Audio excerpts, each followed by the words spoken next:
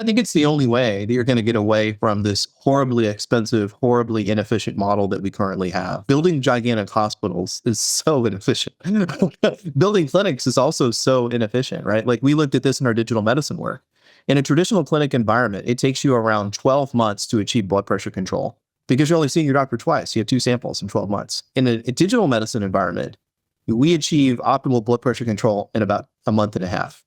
That's a 10x change. Not a single doctor involved. Well, there's doctors involved in the initial prescription of it, but the actual titration of the medicines depended upon algorithms, which are well described in the literature and overseen by clinical pharmacists. And the patients then take their blood pressure 2 or 3 times a week, adjust their medicine every week for 6 weeks.